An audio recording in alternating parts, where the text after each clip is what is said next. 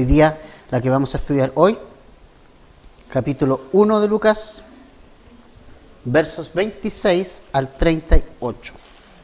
Así que ahí vamos. Vamos a leer un par de versículos y luego vamos a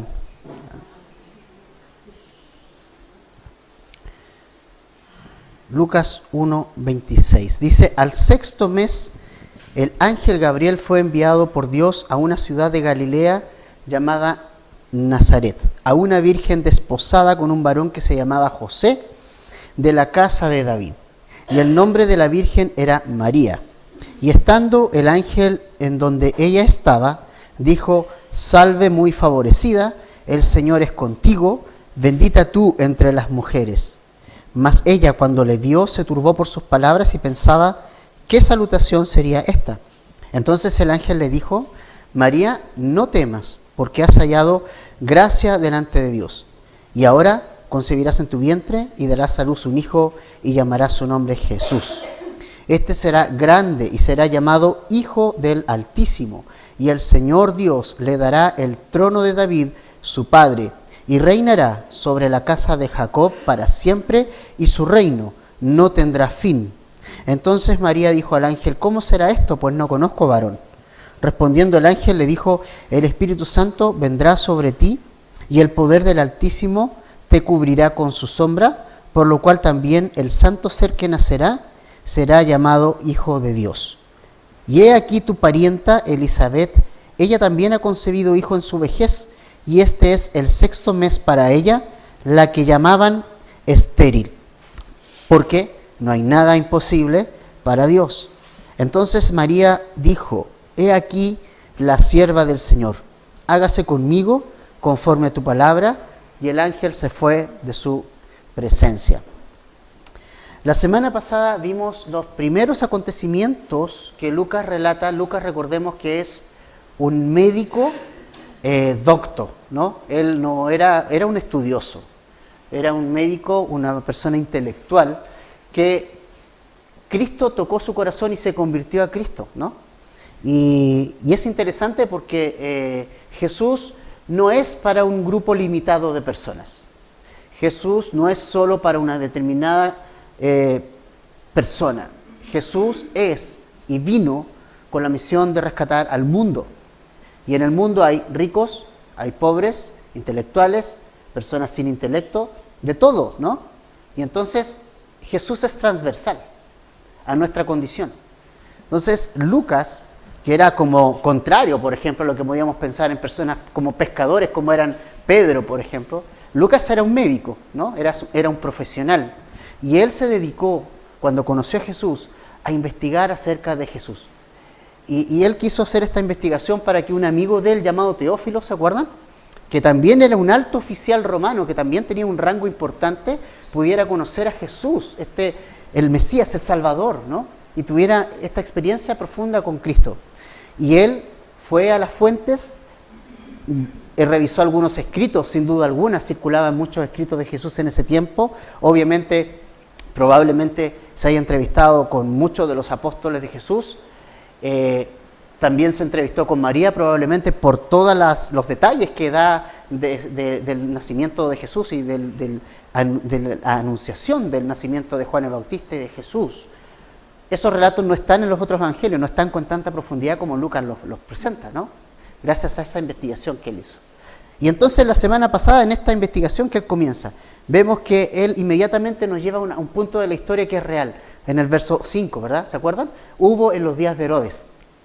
O sea, estamos hablando de tiempos reales, de acontecimientos reales. Nuestra fe, hermanos, no es una fe que la gente pueda decir: pobrecitos los cristianos, ellos no saben en lo que creen. Al contrario. Acá tenemos hechos, tenemos personas, tenemos acontecimientos que fueron y que se vieron de la manera que los está presentando Lucas. Hubieron personajes que existieron, que los historiadores que aún no eran cristianos corroboraron de su presencia y de los años en que ellos gobernaron. El mismo Jesús es anunciado por historiadores que no fueron cristianos, como por ejemplo Flavio Josefo, historiador judío, que da cuenta de todos estos acontecimientos casi en detalle como la Biblia los presenta, ¿no? Entonces, podemos creer estas cosas. ¿Y qué sucedió la semana pasada? Vimos que el ángel Gabriel, que es un mensajero de Dios, ¿cierto?, fue y llevó a un matrimonio de sacerdotes llamados Zacarías y Elizabeth la noticia de que ellos iban a finalmente Elizabeth a concebir, siendo ella estéril y siendo su esposo también de avanzada edad, y ellos ambos de avanzada edad. Y vimos allí que les anunció uno de los nacimientos, que es el nacimiento de Juan el Bautista, que iba a ser el precursor de Jesús en esta tarea que Jesús venía a hacer, ¿no? ¿De qué? De llamar a los pecadores al arrepentimiento. Ese era el ministerio de Jesús. Vino a buscar lo que se había perdido. Finalmente eso Jesús vino a hacer. Jesús mismo dijo que no vino a los sanos, vino a los enfermos, vino a los que necesitábamos a Dios, vino a nosotros, los pecadores comunes y corrientes. Y entonces Juan el Bautista iba a tener este ministerio de ir preparando el camino del Señor Jesucristo, ir como preparando para que los corazones estuvieran sensibles cuando apareciera Jesús. Y entonces nosotros vimos allí que este hombre Zacarías, sacerdote, haciendo el servicio en el templo, quedó turbado, no creyó las palabras del Señor, y recordemos que él quedó mudo, no pudo hablar. ¿Cuántas veces nos quedamos nosotros sin disfrutar de lo que Dios quiere que disfrutemos por incredulidad? Porque no creemos a la palabra, no creemos las promesas de Dios. Eso algo sí le pareció a Zacarías. Y lo otro interesante que vimos es que pese a que Zacarías no creyó, el plan de Dios siguió adelante, porque Dios no necesita de nosotros. Sus planes se van a hacer sí o sí.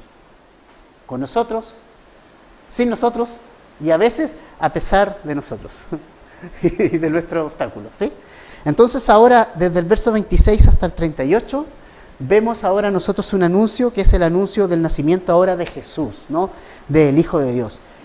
Es muy importante hacer la diferenciación. No es que este es el nacimiento de Jesús, en términos de que Él ahora sea Jesús. Él ha sido siempre, eterno, por siempre. El anuncio que se da es el nacimiento como hombre, ¿no?, encarnado en un hombre. Ese Jesús que estaba, recordemos, en el cielo, reinando en su trono junto al Padre, gozando de una comunión con el Padre eterna, ahora Él va a tomar forma de hombre. Eso realmente es increíble de pensarlo. Es como si el hijo de un gran gobernante o gran rey de la tierra, con todas las riquezas del mundo, quisiera volver a nacer en el lugar más pobre que exista en el mundo.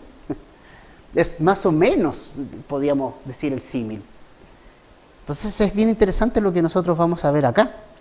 Ahora, vamos a ver tres cosas. Primero, el saludo del ángel a María, el anuncio del ángel y también la respuesta de fe de María. Y creo que, ¿sabes qué? Una de las cosas que es interesante respecto a María. Sabemos que María, en el catolicismo romano, es levantada a un nivel que no le corresponde, ¿no? Pero también nosotros hemos sido injustos con esta mujer. Porque realmente vamos a ver aquí a una mujer extraordinaria. A una mujer extraordinaria. Y una de las cosas que puedo ver es que todos pensamos cuando Eva comió del fruto, ¿se acuerdan? Y todos, Eva comió y le dio a su marido, ¿no? La culpa es de Eva. Pero déjame decirte que ahora, por una mujer también, Dios trae al mundo la salvación. Entonces, es interesante. En la Biblia vemos mujeres usadas por el Señor. No vemos a la mujer relegada a un lugar por allá. Hay mujeres que Dios usó grandemente en las Escrituras, grandemente, y una es María. Ahora, los primeros versículos del 26 al 29 vemos el saludo del ángel a María, y fíjense ustedes que aquí nosotros vemos que ya Elizabeth tenía 6 meses de embarazo, porque dice, al 6º mes el ángel Gabriel fue enviado por Dios a una ciudad de Galilea llamada Nazaret. Es decir, Elizabeth tenía ya 6 meses de embarazo, ¿no? estaba esperando a Juan el Bautista, ¿sí?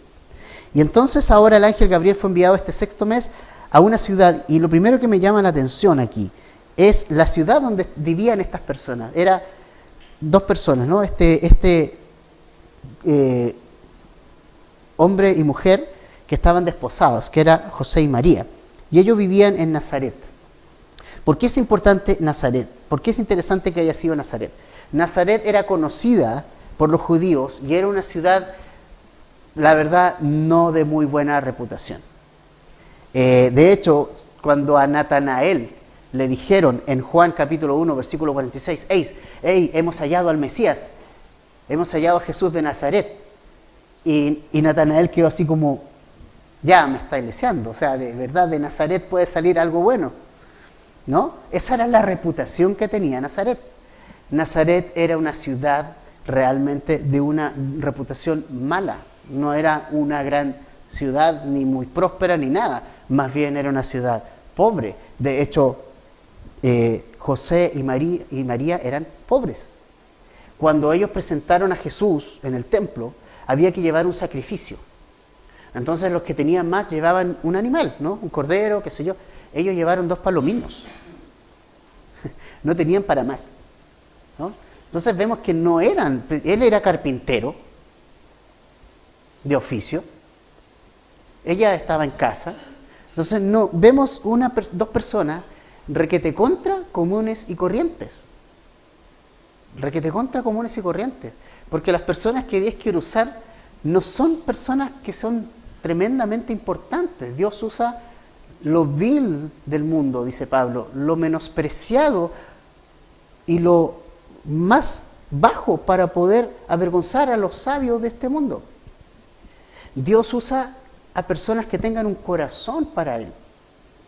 Y José y María estaban viviendo por alguna razón acá en Nazaret. Ellos no eran originalmente de Nazaret, ellos eran de Belén. Y cuando se hizo el censo, más adelante lo vamos a ver, y se ordenó a la gente volver a sus lugares de origen, entonces ellos tuvieron que viajar a Belén. Qué increíble cómo las profecías se cumplen, ¿no? ¿Dónde tenía que nacer Jesús? En Belén. Pese a que María y José vivían en Nazaret, ellos tuvieron que, por decreto del rey, ir a Belén para que Jesús naciera allí y finalmente la profecía se cumpla. ¿Te das cuenta? Entonces estamos hablando de cosas que son en las Escrituras, que están en las Escrituras y que Dios, y que se cumplen conforme a las Escrituras. Podemos confiar en este libro. Podemos confiar en la palabra de Dios. Pero el tema es aquí que hay una fama en Nazaret que no es muy buena. ¿Sí?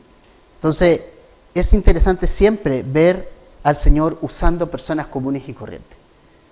Personas de distinta estatus social, de distintas características, pero que finalmente tienen un corazón para Él. ¿Sabes? Es importante esto, no importa quién eres o quién hayas sido, no importa de dónde vengas, no importa de qué condición social vengas, no importa eso.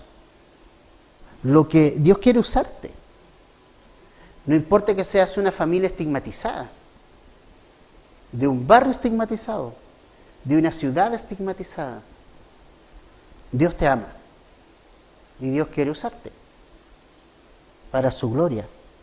Y lo único que Él necesita y requiere de ti es que tú te dispongas a ser usado por Él. No importa de dónde vengas.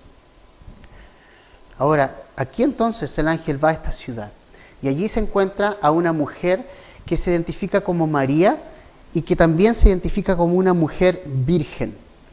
Es decir, ella no había tenido hasta ahora ninguna relación con algún hombre, no había tenido ninguna relación sexual con alguna persona, ¿no? Con algún hombre, no gozaba de ese título de virgen, ella no había conocido varón. Entonces, esto es muy interesante. Y aquí estaba entonces desposada, se nos dice que estaba desposada con José. Desposar es, antiguamente habían 3 etapas en el matrimonio, era muy distinto a lo que es ahora, ¿no? Dentro de una de esas etapas era el desposamiento. El desposamiento normalmente, antiguamente se daba así, los papás se ponían de acuerdo. En esta época de la historia era así. Hoy día uno elige. Antiguamente los papás elegían. Eran amigos dos matrimonios y decían, ¿sabes qué? Oye, hay buena onda entre nosotros, porque si tienes una hija, yo tengo un hijo, entonces que se casen, ¿no? Y más adelante, y listo, arreglaban el tema y no había problema, ¿no? Después llegada la edad de grande, decían, ok, estaba este compromiso, el tema del desposamiento, que era un compromiso, es como una especie de noviazgo. Entonces la persona ahí se comprometían, obviamente, delante de Dios y todo, y fíjense ustedes que ya en esta etapa, para separarse, había que dar carta de divorcio. O sea, el compromiso era tan serio, el noviazgo era tan serio, que si tú querías deshacer esta etapa del matrimonio, tenías que pedir carta de divorcio, dar carta de divorcio. Era una etapa en que la persona se probaba su fidelidad a la otra. Es decir, sexualmente se mantenía puro para la otra persona. Todo este tiempo que durara el noviazgo, ¿no? Y entonces, cuando se comprobaba que ambos estaban realmente no habían tenido ninguna pareja extra en este tiempo ni nada, ellos no vivían juntos, vivían separados, entonces ellos se llevaban al altar, al matrimonio, ¿no? Funcionaba distinto. La condición de José y María entonces era esa, era un desposamiento, estaban comprometidos y entonces cada uno estaba por su lado. Y entonces María acá recibe esta salutación y este saludo, que fueron 3 cosas que le dijo el ángel. ¿Qué le dijo? Ahí está, en el verso 28. Salve muy favorecida. Lo segundo, el Señor es contigo. Y el tercero es, bendita tú entre las mujeres. Ya el saludo impactó a María, así de frentón. Porque imagínate a un ángel decirte a ti, salve, eres favorecido, ¿no? El Señor está contigo y eres bendito entre todos los que están acá. Es como decir, ya, o sea, ¿en serio? ¿Es verdad lo que me estás diciendo? ¿Y sabes qué veo claramente acá?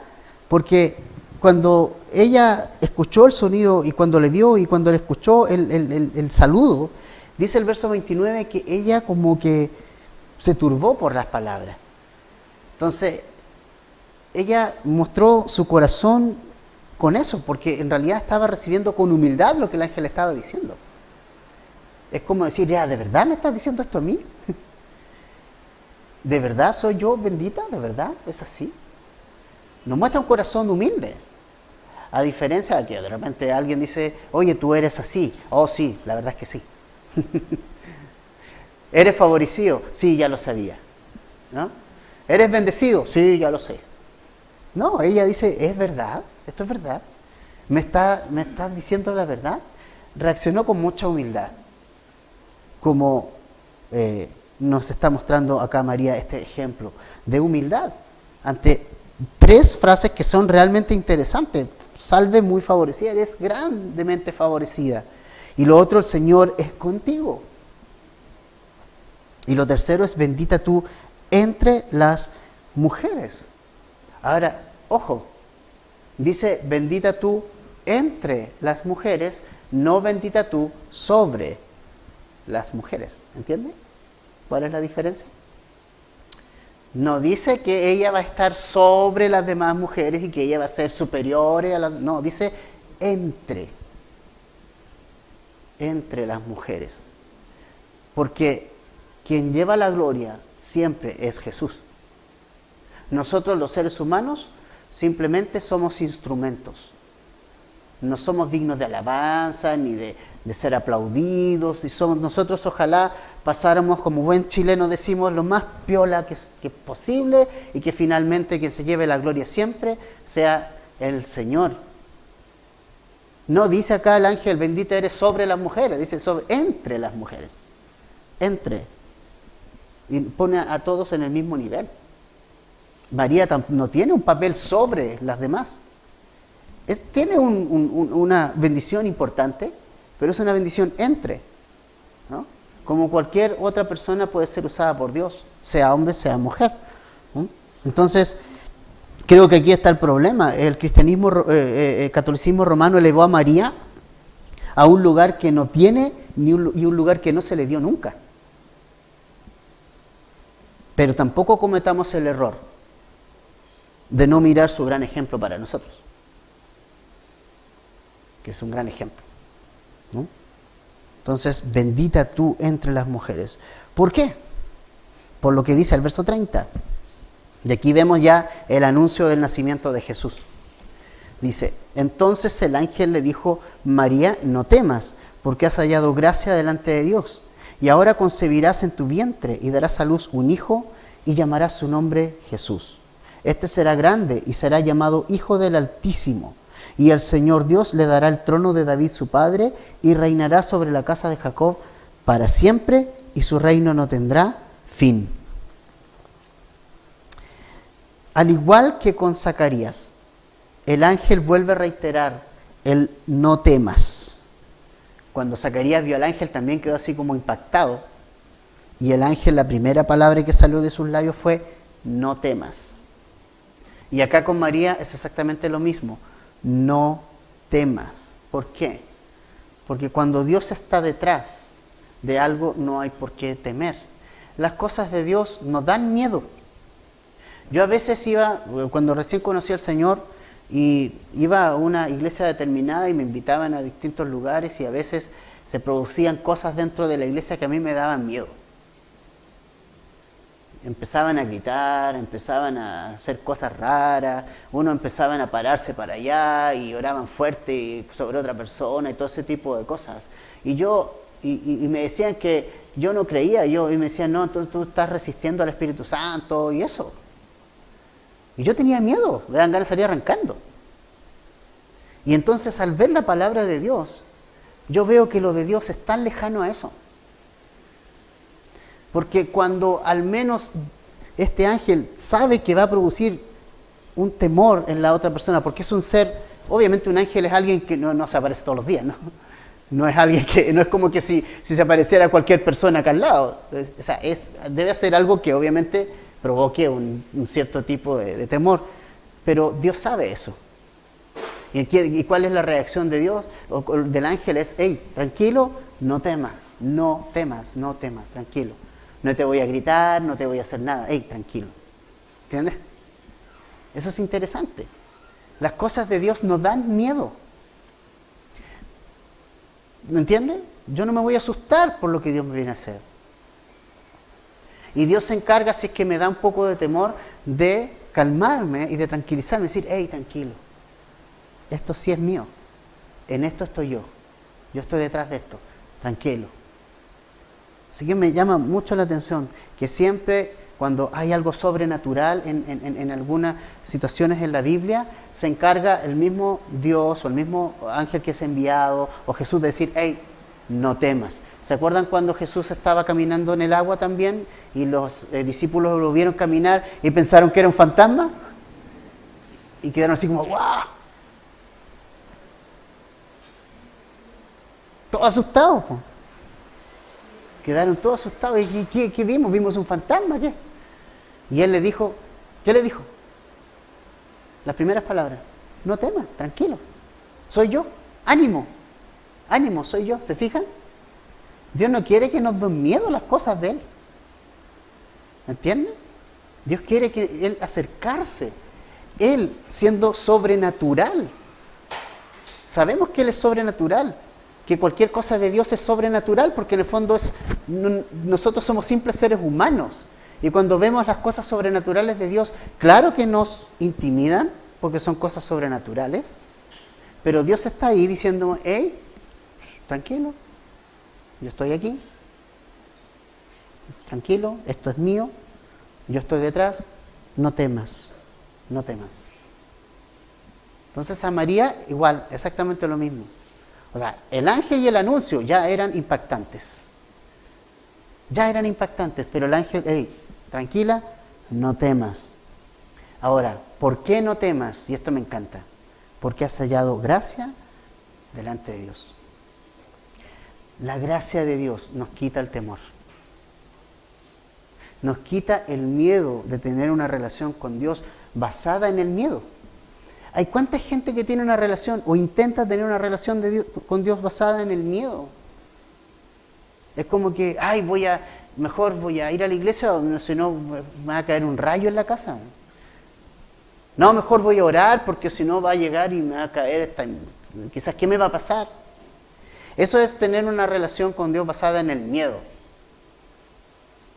Pero cuando nosotros basamos nuestra relación con Dios, como vimos en Romanos, por la gracia,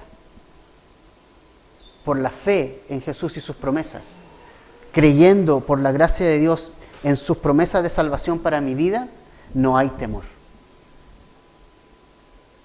La gracia echa fuera todo el temor de mi vida. ¿Y cómo me acerco a Jesús con la gracia? Confiadamente, dice Hebreos. Me acerco confiadamente, ya no me acerco con miedo. Por medio de Cristo no me acerco a Dios, al Padre, con miedo. Me acerco con confianza.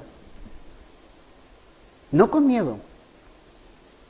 Porque la gracia de Dios elimina el temor. Elimina y disipa todo el miedo de acercarse a un Dios santo. Porque ahora nos acercamos por medio de la sangre de Cristo. Entonces, la razón por la cual María no debía temer es porque simplemente ella había hallado gracia delante de Dios. Y ¿sabes qué? Me encanta esta frase. Pues no dice, ¿sabes qué, María? Tú mereces recibir la gracia de Dios. Simplemente dice, María, tú la hallaste gracia. No hay mayor explicación para eso. ¿Por qué María? Porque halló gracia. Nada más. No hay mayor explicación. ¿Por qué Dios a ti te llamó como hijo de Él? ¿Por qué Dios te llamó a ti? ¿Por qué te eligió como su hijo? No lo sé. Pero lo único que sé es que es por gracia. Porque hallaste gracia, de una u otra manera. Dios se fijó en ti, murió por ti, te escogió como su hijo y ya. ¿Por qué Dios me escogió para enseñar la palabra? No lo sé. Pero simplemente yo recibo la gracia de Dios para mi vida. Y hago lo que Dios en su gracia me llamó a hacer. Entonces, me encanta esto. O sea, es decir, somos personas que hemos hallado la gracia de Dios de alguna manera, ¿no? Sin merecerlo. Y en momentos en que no estábamos tan requete contra lejos de Dios, Dios nos dio su amor y nos dijo, hey, ven, yo quiero que tú me sigas. Quiero que tú vengas a mi vida, me sigas y quiero tu vida, quiero que me sigas. Y eso es gracia simplemente, no es otra cosa. Es el regalo. No lo merecíamos. María no lo merecía. Ella no tenía ninguna cualidad diferente que no tuviéramos cada uno de nosotros. Era una persona común y corriente, con los mismos pecados de todos nosotros.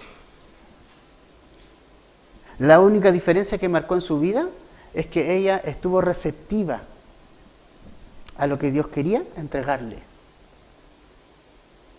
Y eso también es importante, que tú y yo podamos ser receptivos a lo que el Señor nos quiere, a lo que el Señor nos quiere llamar. Ahora, este no es cualquier llamado. No es cualquier llamado. Estaba desposada con José. El ángel le está diciendo, no temas, porque ahora has hallado gracia delante de Dios. Y ahora le anuncia en el verso 31, concebirás en tu vientre y darás a luz un hijo y será llamado su nombre Jesús. O sea, le está diciendo, hey, tú vas a tener un hijo y tu hijo, y ese hijo que va a nacer de ti, es el Hijo de Dios. O sea, no es cualquier llamado. Es realmente, imagínate una mujer normal, común y corriente, tú como mujer, recibieras esa noticia. ¿Cuántas dudas y cuántas cosas y preguntas vendrían a tu cabeza en ese momento? Me voy a embarazar. José está por allá. La gente me va a pensar que algo que engañé a José. José me va a querer dejar. Me va a pedir carta de divorcio. Va a creer que fui infiel. ¿Irá a creer José? ¿Qué irá a pasar? El estigma que significa que una chica desposada te embaraza. O sea, un montón de cosas que pudieron haber pasado por esa cabecita en tan poco tiempo, pensando en lo que el ángel le está diciendo. Ella le está diciendo, siendo virgen, no conociendo varón, vas a concebir, siendo virgen. Ahora, ¿por qué es tan interesante esto? ¿Y quién está escribiendo? Recordemos. Lucas. ¿Qué era Lucas? Médico. Que perfectamente Lucas conocía lo que significaba un embarazo. Podríamos pensar entonces Lucas, un hombre científico y todo, diciendo, ¿sabes qué? Voy a omitir esta parte porque de verdad es un cuento de hadas. O sea, aquí no. Lucas está escribiendo como es un médico, pero él también tiene la fe en que estas cosas pasaron. Es decir, en la Biblia, ¿sabes qué? Hay algo importante. No todas las cosas tienen respuestas. Y eso es que lo tenemos que entender, ¿eh? Nosotros pensamos que en la Biblia está todas las respuestas. No están todas las respuestas de todos los científicos que quisiéramos. No lo están. Algunos hay muchos misterios que uno después, frente al Señor, va a poder resolver, ¿no? Muchas cosas. Pero esto es un tema de fe. O sea, Lucas, si bien era médico y científico y todos los demás, en este punto, él creyó por fe en que esto realmente fue y ocurrió. Recordemos que Lucas nunca no vio a Jesús. Simplemente él tomó información de los que sí lo vieron, de los que sí estuvieron. En este caso María sí estuvo, ¿no? Seguramente de ella sacó él el relato.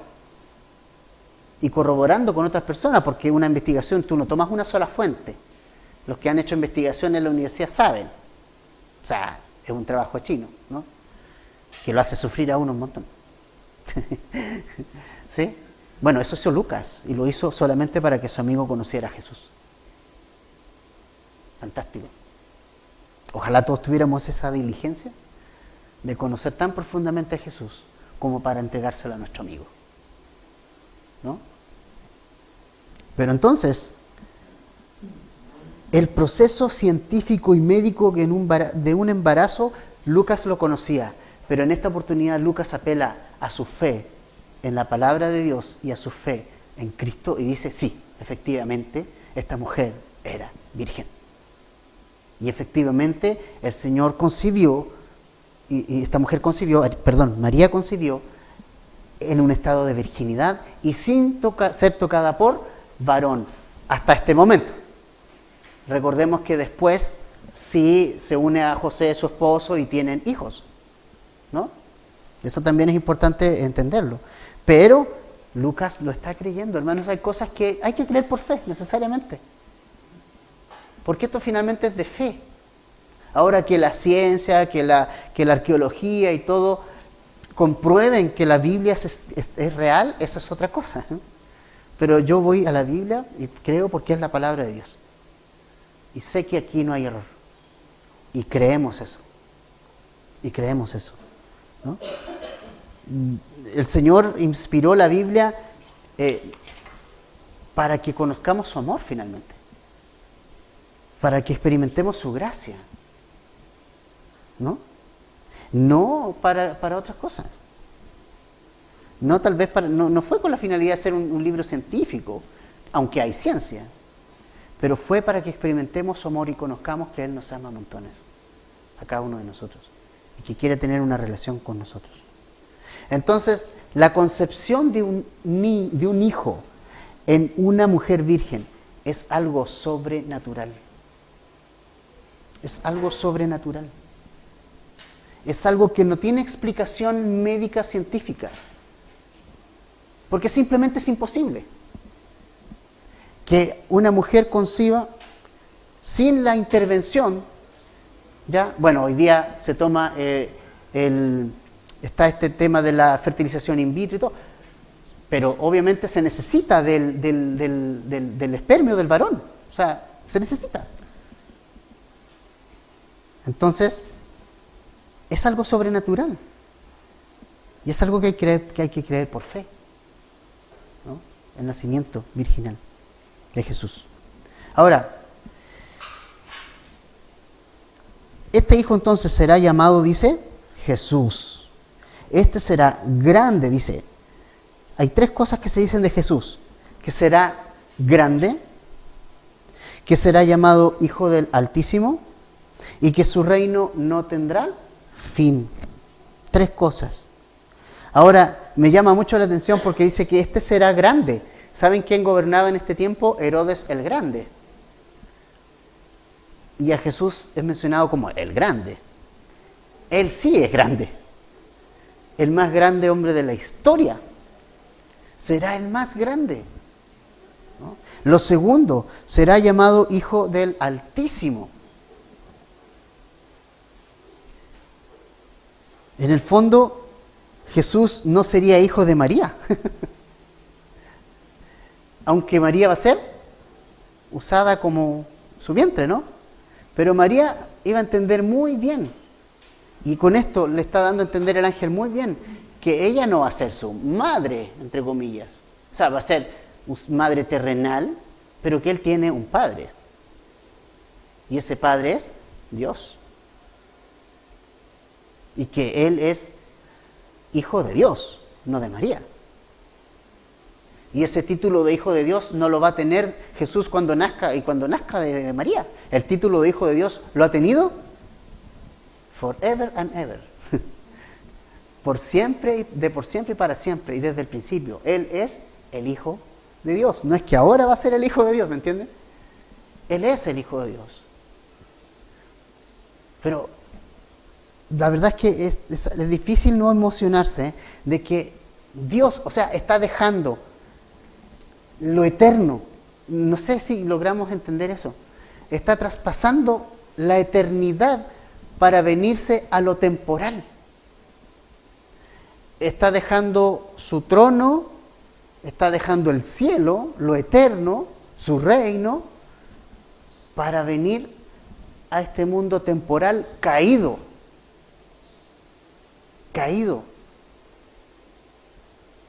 Para pisar la tierra como uno de nosotros. O sea, esa es humillación máxima. Imagínate lo que le significó la cruz. Porque ya con nacer se estaba humillando. Y con morir, y de la manera que lo hizo, ya era lo máximo. Y lo hizo para que tú y yo podamos tener comunión con el Padre. Con el Padre. Por eso lo hizo. Esa fue su motivación. La motivación de Dios enviar a su Hijo y de Jesús venir a estar entre nosotros fue el amor que Él tenía por ti. El amor que Él tiene por ti. El amor que Él tiene por mí. El amor que Él tiene por el mundo. Dice Juan 3:16, porque de tal manera amó Dios a la iglesia. Porque de tal manera amó Dios al bueno. Porque de tal manera amó Dios a la gente moral. Porque de tal manera amó Dios al mundo. ¿Y quiénes están en el mundo? Hay de todo. Y nosotros estábamos ahí. Isaías dice que no hay nadie que busque lo bueno, no hay nadie que busque a Dios. Todos nos descarriamos como ovejas, cada cual se fue por su propio camino, nos da lo mismo. Así vivíamos. Pero Dios cargó en Jesús el pecado de todos nosotros. Y nos dio salvación, comunión con el Padre. O sea, toda esta humillación que el Señor va a hacer, o sea, ya el nacer de una mujer y ser hombre ya es una humillación en sí. Para Jesús. Nosotros no, porque vemos, nació Jesús y en Navidad y vemos el pesebre y vemos al niñito ahí, qué lindo, guaguita. Vemos todo ahí y no vemos el olor del establo. Cuando tenemos el pesebre en el árbol, o el que no hace árbol, si tiene el pesebre ahí instalado, se ve bonito, pero le falta el olor. El olor correcto es el olor a abono de animal, ¿no? En esas condiciones nació Jesús. ¿Te fijas? Para que nosotros seamos enriquecidos. Ya el nacer como un hombre era una humillación total y completa. Será llamado Hijo del Altísimo. Y su reino no tendrá fin. Tendrá el trono de su padre, ¿no? David, el hijo de David. Dios dijo a David que no iba a faltar heredero en su trono y que su reino iba a ser para siempre. Eso significa que este será un reino que no tendrá fin. Esto lo vamos a vivir. Hoy día no vemos a lo mejor reinando a Jesús entre nosotros, en el mundo, digamos. Parece ser que no, ¿cierto? Dice la Escritura que el príncipe de este mundo es Satanás. Pero lo vamos a ver reinar un día con nosotros. Y se sentará en el trono. Y será para siempre con nosotros, ¿no? Como nuestro Rey. Ahora, ¿cuál es la reacción de María a esta noticia? ¿Cómo reaccionarías tú ante lo que se te ha dicho María acá? Verso 34. Dice, entonces María dijo al ángel, ¿cómo será esto? Pues no conozco varón. Respondiendo el ángel le dijo, el Espíritu Santo vendrá sobre ti y el poder del Altísimo te cubrirá con su sombra, por lo cual también el santo ser que nacerá será llamado Hijo de Dios. Y he aquí tu parienta Elizabeth, ella también ha concebido hijo en su vejez, y este es el 6º mes para ella, la que llamaban estéril, porque nada hay imposible para Dios. Entonces María dijo, he aquí, la sierva del Señor, hágase conmigo conforme a tu palabra. Y el ángel se fue de su presencia. María entiende perfectamente lo que el ángel está diciendo. El ángel está diciendo, María, tú vas a concebir no conociendo varón. No podía conocer varón, porque el ser que le iban a hacer era santo. ¿Y quién transporta el gen del pecado? Somos nosotros. Los hombres. Entonces, no podía nacer de hombre. No podía intervenir hombre alguno. Entonces, María, como creyó firmemente lo que le dijo el ángel, pero le dice, ya, pero ¿cómo va a ser? Porque yo no he tenido ninguna relación con hombre. Ella pensó en algún momento, tal vez vas a usar a José, tal vez va a usar, ¿me entiende? Manifestó no incredulidad, sino duda de cómo se iba a hacer el proceso. A diferencia de Zacarías la semana pasada, ¿se acuerda de Zacarías que dijo? No, esto no. O sea, no creyó simplemente. Tuvo una gran diferencia María con Zacarías. María cree. Imagínate. O sea, ella creyó por fe en la palabra de Dios. Y dijo, ok, lo acepto. Acepto que van a ser alguien de mí, que viene el Hijo de Dios. Ella tenía duda en cómo iba a ser este proceso, ¿no? No he conocido varón. Y la respuesta del ángel fue que simplemente el Espíritu Santo lo va a hacer. Y que el Señor la va a cubrir con su sombra. Es realmente un tema interesante. Es lo eterno, el poder de Dios cubriendo la vida de una mujer pecadora, como todos nosotros. Y en este cubrir, el Espíritu Santo y pone esta semilla en el vientre, de alguna manera, no sé cómo, Dios lo sabrá, si ovuló y Dios y el Espíritu Santo puso lo que faltaba, no sé. Pueden haber mil conjeturas, pero el Espíritu Santo y esta sombra, el Chequiná, que se le llamaba en el Antiguo Testamento, esta sombra protectora, esta sombra que protegió a Israel en el desierto, que guió a Israel en el desierto, también es la sombra que cubre a María para que ella conciba pueda concebir, pueda quedar embarazada. Por obra del Señor, por obra del Espíritu Santo. ¿No? El Espíritu Santo vendrá sobre ti y el poder del Altísimo te cubrirá por su sombra. ¿Sabes qué? María probablemente perfectamente conocía la profecía de Isaías 7:14. Probablemente ella la conocía. Isaías 7:14 dice: por tanto el Señor mismo os dará señal. He aquí la Virgen concebirá y dará a luz un hijo y llamará su nombre Emmanuel. Probablemente ella se topó con ese pasaje. Se recordó, oye, sí, parece que lo leí. Voy a concebir. Y lo creyó. ¿Me entienden? Parece que María era una lectora de la Biblia. Otro ejemplo para nosotros. ¿No? Entonces, no hubo intervención humana en esta gestación. De lo contrario, no podría haber sido llamado santo ser, porque todo lo que el hombre toca, nuestros hijos que nacieron tan bellos, nacieron en pecado, ¿no? Cada vez que nace un bebé hermoso, un pecador más nace en este mundo. Porque fuimos concebidos en pecado. En pecado fui concebido, dice la Escritura. ¿Quién dijo así? ¿Se acuerdan? ¿Quién dijo así? David. En pecado fui concebido. O sea, no hay oportunidad para nosotros alguna. Por eso no podía intervenir hombre.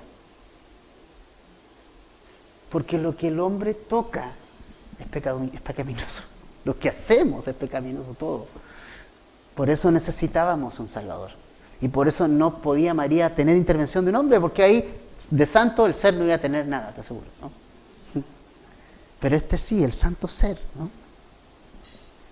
Esta sombra que iba a cubrir a María iba a ser tal cual como Dios cubrió a su pueblo en el Antiguo Testamento. Y el mismo ángel nos recuerda y le recuerda a María. ¿Sabes qué, María? Mira, Zacarías y Isabel también tuvieron un hijo. ¿Y sabes qué? No hay nada imposible para Dios. Ahora, ¿podemos decir entonces que todo lo que haga Dios lo hará porque para Él no hay imposibles? ¿No hay imposible? ¿Hay imposible para Dios? No hay imposible para Dios, ¿cierto? Pero falta una frase. No hay imposibles para Dios cuando Dios está detrás. Ojo, no hay imposible para Dios cuando Dios quiere hacer algo y está detrás de ese algo. Dios puede sanar cualquier cosa, ¿cierto? Lo que sea. ¿Lo puede o no lo puede hacer? Sí lo puede hacer. ¿Lo hace siempre? No. Él tiene sus planes. Pero cuando Él está detrás de algo, cuando Él está detrás de un acontecimiento como este, no hay nada que impida que Él haga lo que tiene que hacer. Porque para Él no hay nada imposible. Por eso tenemos que alinearnos, hermanos, a la voluntad de Dios. Porque si estamos en la voluntad de Dios, nada imposible habrá. No existan los obstáculos que vayan a detener el plan de Dios. Y no existe el obstáculo para detener el plan de la salvación y la redención de Dios para el hombre. Y una virgen va a concebir. Porque no existe imposible para que esta tarea de Dios de salvarnos a ti y a mí se concrete. Se concrete. Ahora, con esto terminamos con la respuesta final de María. ¿Qué dijo María después de escuchar todo? Verso 38. Es emocionante, ¿no? He aquí la madre de Jesús. No, ¿cierto? He aquí la gran mujer de Dios. He aquí la superpoderosa. La chica superpoderosa. No, no dijo eso. He aquí la mujer maravilla, ¿no? Dijo, he aquí la sierva del Señor. La sierva, la esclava, la que le sirve, la que lo único que quiere es servirle al Señor, hacer la pega de servirle y estar dispuesta a pasar. Imagínate tú cuántas cosas va a pasar María más adelante en este embarazo. Dios mío, qué embarazo. Podría haber pensado, oye, pero si era el nacimiento, estaba embarazada de Jesús, podría haber sido un poquito más fácil, Señor, pero no, tuvo que irse en animal hacia Belén, embarazada. No había hotel en ninguna parte. Todo hombre quiere que su mujer esté en la mejor clínica para tener el bebé. Este pobre José no encontró nada y tú quieres un establo, o sea, todo. Pero ella aceptó todo porque Dios estaba detrás. Dijo, lo voy a hacer. ¿Sabes qué? El servir a Dios tiene un precio. El servir a Dios tiene un costo. Y ese costo tenemos que estar dispuestos a pagarlo si quieres servir al Señor. Otros se les va a permitir muchas cosas, pero si nosotros queremos servir al Señor, eso tiene un costo.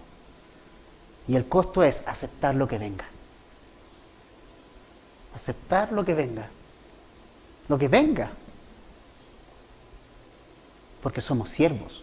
Y un siervo no le dice a su amo lo que tiene que hacer. ¿No? ¿Cierto? Somos esclavos, voluntarios de Cristo. Antiguamente los esclavos duraban 7 años y después ellos se podían ir. Pero habían esclavos que amaban tanto a su siervo, lo había tratado bien, no le daba trabajos muy pesados a su señor. ¿No? Amaba a su señor. Lo había tratado súper bien, tenía de todo, no lo hacía hacer trabajar más de lo que correspondía, le daba un buen trato. Era como parte de la familia y él decía, no, yo no me quiero ir. Le daba la elección, tú tienes 7 años, ya puedes irte. Y decía, no, yo no me quiero ir. Pero ándate, no, yo no quiero irme, quiero servirte toda mi vida. Y si él decidía servir toda la vida a su amo, traían una lerna se llama, o lesna, y le hacían con una piedra un hoyito en la oreja y le ponían un aro. Y quedaba simbolismo de que él voluntariamente quiso ser esclavo toda su vida de ese amo que lo amó tanto, por siempre. María está haciendo eso. Quiero ser tu sierva. Hágase conforme a tu palabra.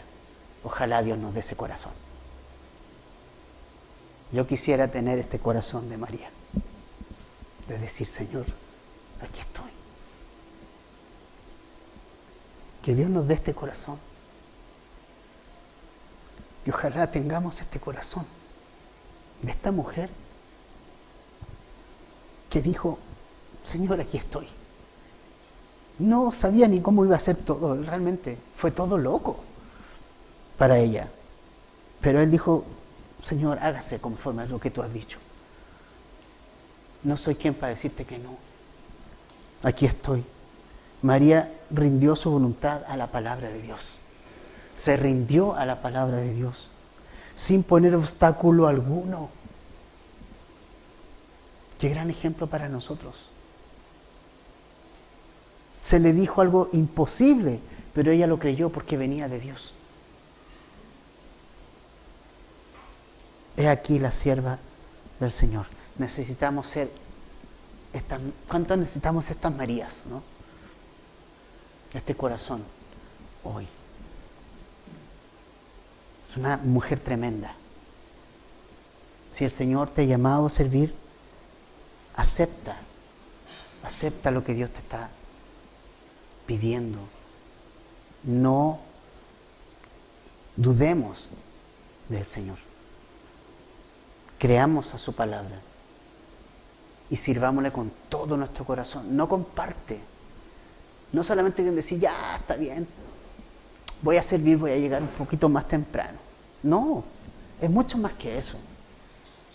Es tener nuestra vida al 100% a su servicio para hacer lo que Él quiere hacer. Vamos a orar.